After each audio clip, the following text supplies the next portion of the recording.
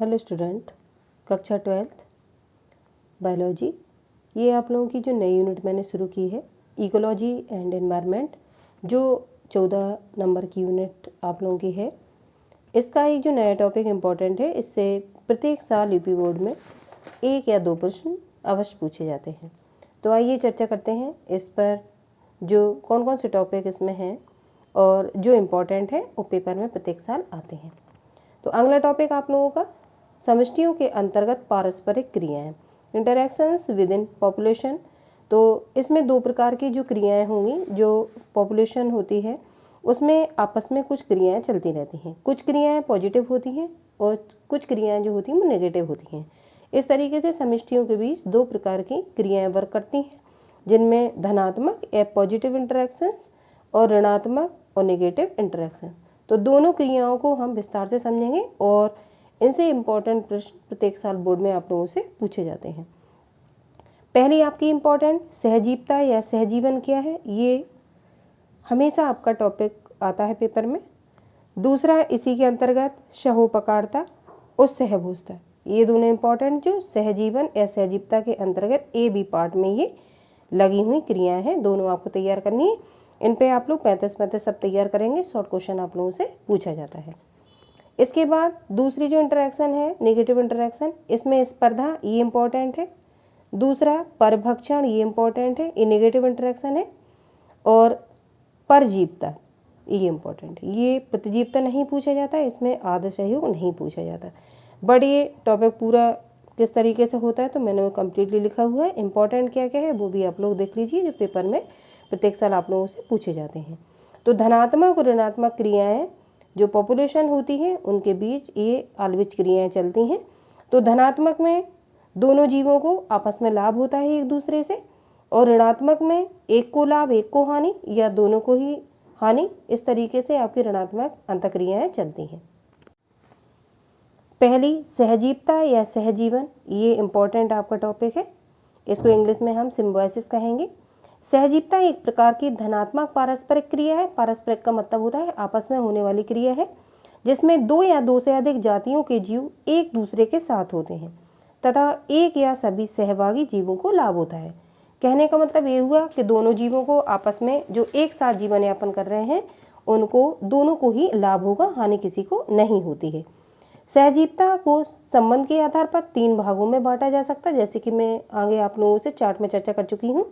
पहला इसका ए पार्ट रहता है सहोपकारता, जिसको म्यूटोसिलेज्म कहते हैं। दूसरा सहभोजता, जिसको कॉमन सिलेज्म कहते हैं। और तीसरा आद्य सहयोग, जिसको प्रोटो कोऑपरेशन कहते हैं। ये तीनों आपकी धनात्मक सहजीवता जो टॉपिक है उसके अंतर्गत, या सहजीवन जो है उसके अंतर्गत ये तीनों टॉपिक आपके आते हैं। तो सहजीवता का क्या मतलब हुआ, एक प्रकार की ऐसी धनात्मक पारस्परिक क्रिया, मतलब आपस में जो जीव जंतु होते हैं उनके बीच में होने वाली ऐसी क्रिया है जिसमें दोनों जातियों को एक दूसरे से लाभ पहुंचता है और एक साथ वो जीवन यापन करते हैं। अब ए पार्ट में सहोपकारता, ये भी आपसे टॉपिक पूछा जाता है। सहोपकारता किसके अंतर्गत आता है, धनात्मक के अंतर्गत या ऋणात्मक के अंतर्गत।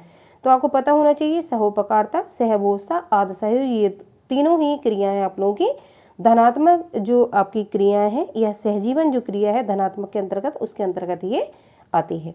आगे देखिए सहोपकारता है क्या। सहोपकारता 2 प्रजातियों के मध्य ऐसा सहकारी संबंध है जिसमें दोनों जातियों को लाभ होता है। आपको जो पॉजिटिव इंटरैक्शन उसमें याद रखना है कि दोनों जातियां एक दूसरे से लाभान्वित होती हैं, किसमें, सहोपकारता में। तो इस तरीके से आप अंडरलाइन करेंगे, इसमें दोनों जातियों को लाभ होता है। अब उदाहरण के माध्यम से हम समझने का प्रयास करेंगे किस तरीके से। उदाहरण में हम देखेंगे शैवाल तथा कवक के मध्य अविकल्पी सहोपकारता। तो शैवाल तथा कवक के मध्य हम इस सहोपकारता का जो संबंध है उसको देख सकते हैं। सहोपकारता का जो सर्वोत्तम उदाहरण है वो लाइकेन के रूप में पाया जाता है। लाइकेन प्रायः कवक तथा शैवालों का स्थायी संगठन होता है। लाइकेनों में शैवाल प्रकाश संश्लेषण की क्रिया द्वारा अपने भोज पदार्थों का निर्माण करते हैं तथा कवक जल एवं खनिज लवणों का अवशोषण तथा जनन प्रक्रिया में सक्रिय रूप से भाग लेता है। कहने का मतलब ये हुआ कि कवक और शैवालों का जो संबंध है वो एक स्थायी संगठन है।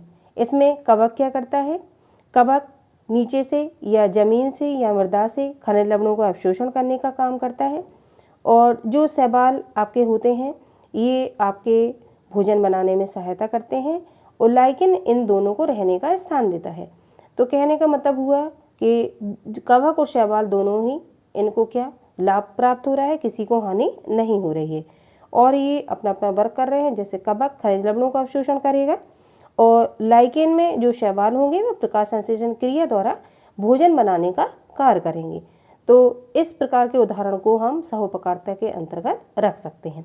अब ये पहला उदाहरण आपको अगर कठिन लग रहा है तो दूसरा वाला एग्जाम्पल भी मैंने लिखा हुआ है। दूसरा वाला एग्जाम्पल आप लोगों को सरल लगता है तो एक कोई एग्जाम्पल आपको तैयार करना है, दोनों नहीं तैयार करने। नाइट्रोजन फिक्सेशन, नाइट्रोजन स्थिरीकरण का जो कार्य होता है, अनेक फलीदार पौधों की जड़ों में ग्रंथिल रचनाएं पाई जाती हैं। जैसे फलीदार प्लांट में आप जो लेगुमिनेसी प्लांट्स होते हैं या लेगुमिनेसी फैमिली के प्लांट्स होते हैं जिसमें आपकी मटर या दालें वगैरह आती हैं, तो उसमें जो फलीदार पौधे होते हैं उनकी जड़ों में नोड्यूल्स पाई जाती हैं। उन नोड्यूल्स में क्या होता है, नाइट्रोजन को स्थिर करने का काम जो जीवाणु होता है राइजोबियम, जिसका पूरा नाम है राइजोबियम लेगुमिनोसोरम, ये पाया जाता है। आप लोगों को पता होगा कि जो प्लांट होते हैं वो डायरेक्ट नाइट्रोजन को एब्जॉर्ब नहीं कर पाते हैं, तो वो इन्हीं जीवाणु के माध्यम से जो नाइट्रोजन को फिक्स करने का कार्य होता है वो राइजोबियम जीवाणु करता है और इस राइजोबियम जीवाणु नाइट्रोजन को देने का कार्य करेगा प्लांटों को और प्लांट उसको क्या भोजन देने का कार्य करेगा। इस तरीके से दोनों को एक दूसरे से फायदा पहुंचता है या लाभ होता है। तो ऐसे एसोसिएशन को हम पॉजिटिव इंटरेक्शन के अंतर्गत या हम सहोपकारिता के अंतर्गत रखेंगे। कोई आप एक परिभाषा जिसमें आप फिर से मैं रिपीट करती हूँ, दोनों जातियाँ एक दूसरे से लाभान्वित होती हैं, किसी को हानि नहीं होती है। और एग्जाम्पल में आप नाइट्रोजन फिक्सेशन का या फिर जो मैंने एग्जाम्पल आपको लाइकेन कवक और शैवालों का बताया उसको आप रख सकते हैं।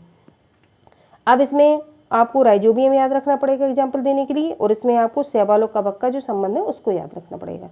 अब अगली जो आपकी परिभाषा है सहभोजता, इसको हम कॉमन सिलिज्म कहेंगे। इसमें परिभाषा देखते हैं, यह दो जीवों के मध्य होने वाली ऐसी पारस्परिक क्रिया है जिसमें एक प्रजाति को तो लाभ होता है जबकि दूसरी प्रजाति अप्रभावित रहती है।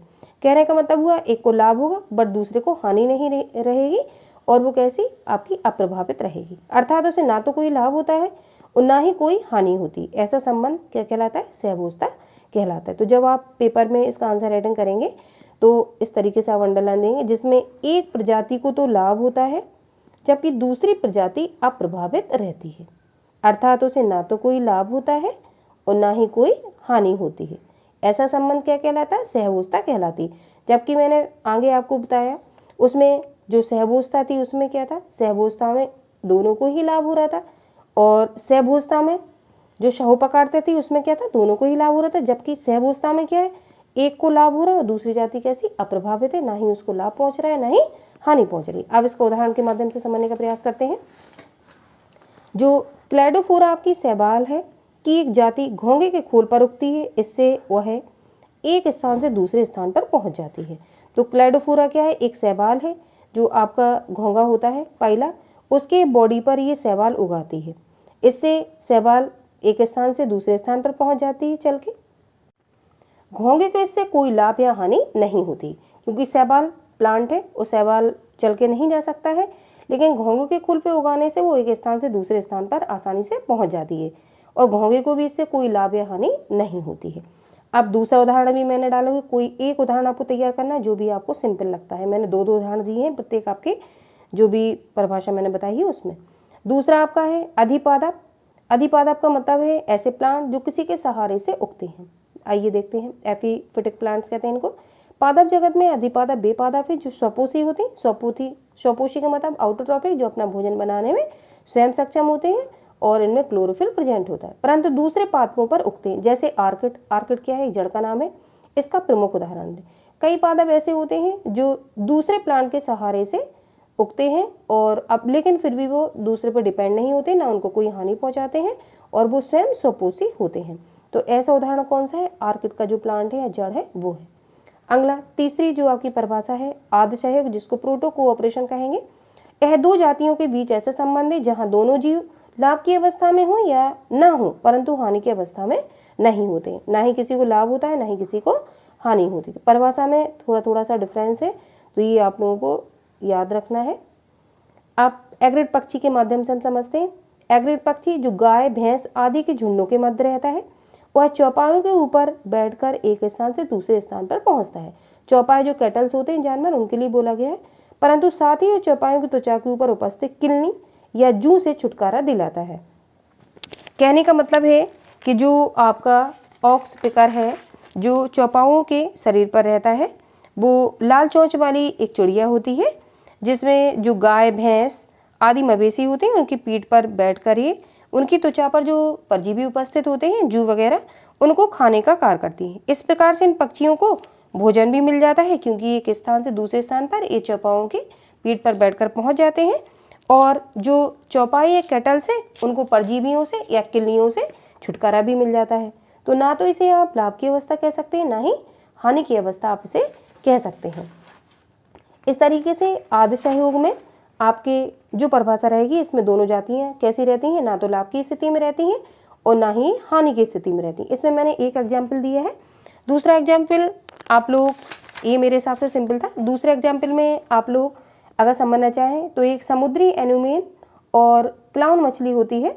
तो समुद्री एनीमोन और क्लाउन मछली की जो दंश स्पर्शक होते हैं, उनके बीच में क्लाउन मछली जो होती है वो रहती है। दंश स्पर्शक क्या करते हैं, इस कारण क्लाउन मछली को न केवल परभक्षियों से सुरक्षा दिलाती है, अपितु भोजन के लिए एक भौगोलिक स्तर से दूसरे भौगोलिक स्तर में ये पहुंच जाती है, जबकि एनीमोन पर इसका कोई प्रभाव नहीं पड़ता है। कहने का मतलब है कि क्लाउन मछली और समुद्री एनीमोन, तो समुद्री एनीमोन में दंश कोशिकाएं होती हैं, दंश स्पर्शक होते हैं, इससे ये विष का रिसाव करती है। तो कोई भी जो क्लाउन मछली को परभक्षी जो खाने का प्रयास करते हैं, तो ये परभक्षियों से उनकी सुरक्षा हो जाती है बॉडी की। और एक स्थान दूसरे स्थान पर आपकी क्लाउन मछली होती है, वो समुद्री एनीमोन की पीठ पर इधर से उधर पहुंच जाती है। तो इस तरीके से ना ही किसी को लाभ होता है, ना ही किसी को हानि होती है। मेरे हिसाब से मैंने जो एग्जाम्पल एग्रेट पक्षी का दिए हुए वो सिंपल है, वो इजीली आप लोगों को तैयार भी हो जाएगा। इस तरीके से जो पॉजिटिव इंटरेक्शन के 3 एग्जाम्पल्स थे, तो मैंने उनको बताने का प्रयास किया और विथ एग्जाम्पल मैंने उसको बताया है। तो तीनों में से कोई एक टॉपिक आपको जरूर पेपर में मिलता है।